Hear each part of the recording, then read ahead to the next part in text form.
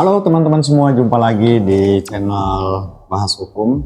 Di sini kita bahas hukum dengan bahasa tongkrongan, dengan bahasa warung kopi, sehingga kita bisa merasakan hukum itu buat kita semua. Hukum yang tidak ribet, hukum yang tidak hanya dimengerti oleh orang-orang yang katanya sekolahnya tinggi, tapi kita bisa memahami hukum dengan latar belakang pendidikan apapun. Nah, hukum diciptakan untuk kita semua.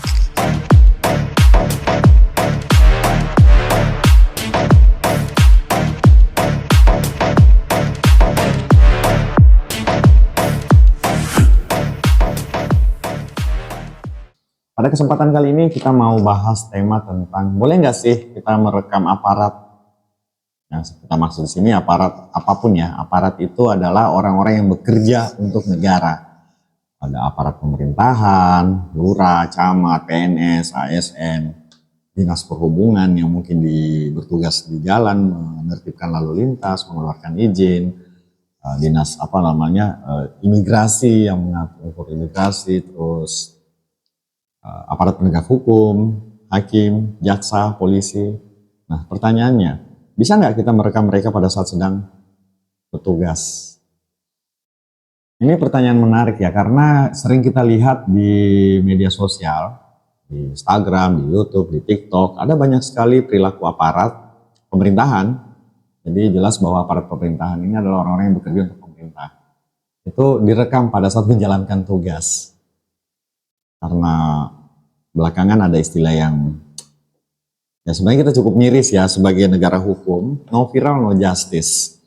Ada anggapan bahwa ketika sebuah peristiwa itu tidak diviralkan, maka menjadi sulit rasanya masyarakat, terutama sekali buat masyarakat yang memiliki keterbatasan akses terhadap keadilan, apakah karena mereka lemah secara ekonomi, rendah secara tingkat pendidikan, atau secara politik mereka adalah kelompok yang minoritas, sehingga mereka merasa bahwa satu-satunya senjata yang bisa kita gunakan adalah media sosial. Sehingga di Indonesia lahir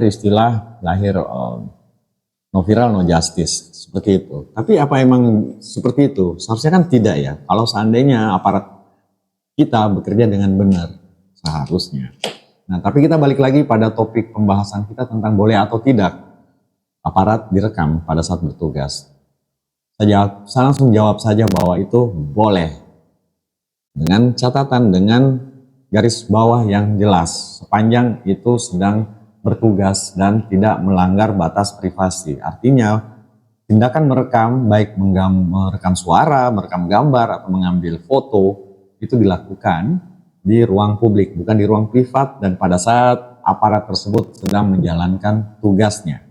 Jadi bisa dibedakan ya, kalau aparat sedang makan di kantin di luar jam kerja itu nggak boleh.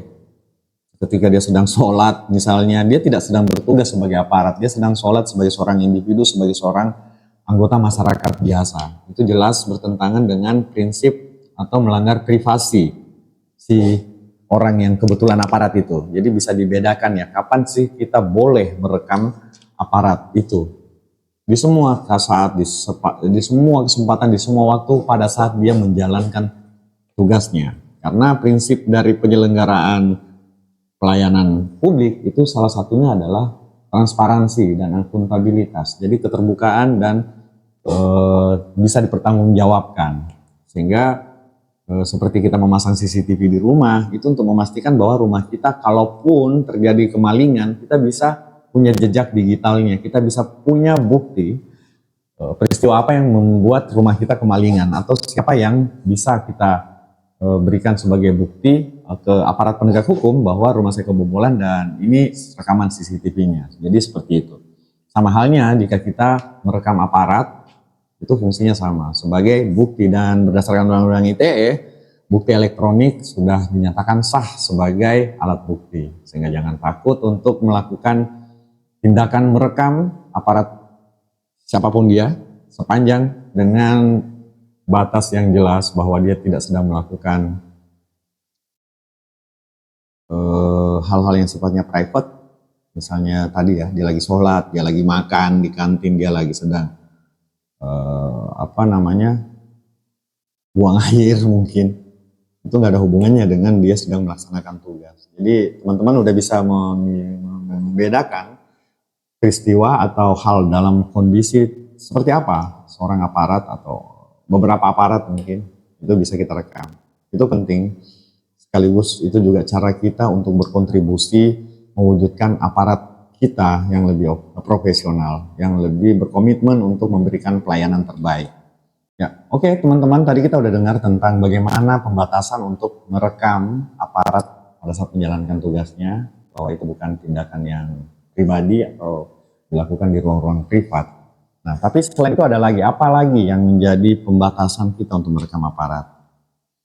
Jelas tujuannya tidak boleh untuk menghalang-halangi. Bisa dibedakan ya. Kadang-kadang kita juga menggunakan cara seperti ini justru sebaliknya, itu untuk mengintimidasi atau menekan aparat yang sudah benar dalam menjalankan tugasnya. Itu juga tidak boleh teman-teman.